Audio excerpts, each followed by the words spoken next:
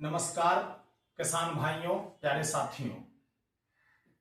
युवा भाई, मैं ब्रजेश और आप देख पाए गौ ज्ञान विथ ब्रजेश। मैं अभी जस्ट एक अपना YouTube चैनल बनाया हूं और उसमें गौ ज्ञान विथ ब्रजेश के माध्यम से मैं चाहता हूं कि कृषि और पशुपालन से जुड़ी हुई जानकारियां जो हमने पिछले 12-13 सालों में हासिल किया है, करके, सीख के, पढ़ के, पढ़ा के जो हमने हासिल किया है वो आप लोगों तक पहुंचाएं ताकि हमारे किसान भाइयों को इसका लाभ मिल सके और हमारे युवा साथी जो स्वरोजगार की तलाश में हैं उनके लिए कृषि और पशुपालन से जुड़ी हुई सारी समस्याएं, समाधान और ये सारी चीजों की जानकारी मैं आप सभी लोगों तक पहुंचा सकूं। ऐसा मैंने एक छोटा सा प्रयास गौ ज्ञान विथ ब्रजेश के माध्यम से करने का एक प्रयास किया है। प्यारे साथियों,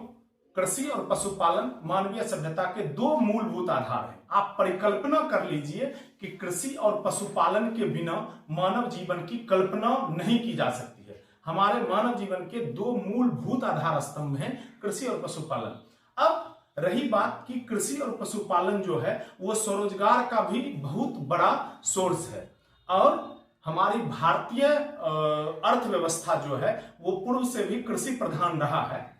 अब वर्तमान की परिस्थितियां जो हैं उसमें हमारा कृषि बहुआयामी हो गया है। कृषि के साथ साथ पशुपालन भी अपना एक बड़ा महत्व रख रहा है और पशुपालन में डेयरी। तो क्या है कि किसी एक बिंदु को लेके मेरा मानना है कि गौ ज्ञान विथ ब्रजेश पर एक सीरीज चलेगा जहां से हम किसी एक विषय को लेके उसके विभिन्न पहलुओं पर विस्तृत रूप से चर्चा करेंगे। हर एक एपिसोड में एक प्रॉपर विषय पर चर्चा होगी आपके साथ और मेरा जो अपना अनुभव, ज्ञान पढ़ के, पढ़ा के, करके, सीख के, सिखा के प्राप्त किया है वो आप लोगों के बीच रखना चाहूंगा। सबसे पहले कृषि और पशुपालन के जो दो भाग हैं उसमें अभी कृषि को हम अलग करते हैं और पशुपालन पर अगर बात करें हम तो पशुपालन में भी बहुत सारे आयाम हैं। तो उसमें क्या है, पशुपालन में फिर डेयरी है, डेयरी फार्मिंग, फिर फिशरीज है, मछली पालन, गॉटरीज है, बकरी पालन, फिर मुर्गी पालन, बत्तख पालन, बहुत सारे काम हैं पशुपालन के तहत। लेकिन हमारा पिछले 13 सालों का अनुभव रहा है पशुपालन को लेके, तो उस पशुपालन के क्षेत्र में हम बात करेंगे और पशुपालन को भी हम दो भागों में बांट सकते हैं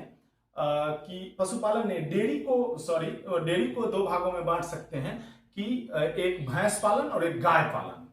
और अब रही बात कि जब हम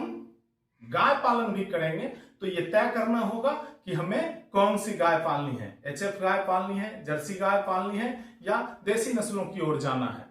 तो इन सारी चीजों के विषय की चर्चा विस्तृत रूप से एक एक पॉइंट पर कि हम अगर डेयरी पर चर्चा करते हैं तो डेयरी की शुरुआत कैसे करें, क्यों करें। सबसे पहली चीज तो है कि क्यों करें। जो पूर्व से लोग करते आ रहे हैं, हमारे किसान भाई जो डेयरी करते आ रहे हैं, ट्रेडिशनल मेथड से कर रहे हो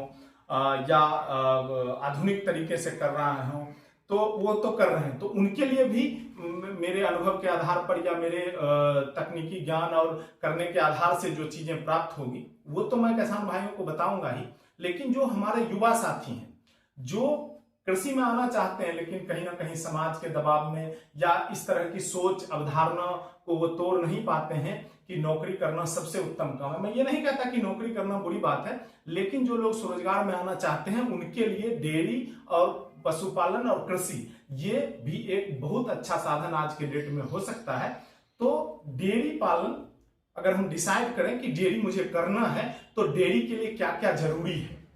कि हम सबसे पहले तो ये तय करें कि डेयरी में भैंस पालन करें या गाय पालन करें। अगर हम गाय पालते हैं तो फिर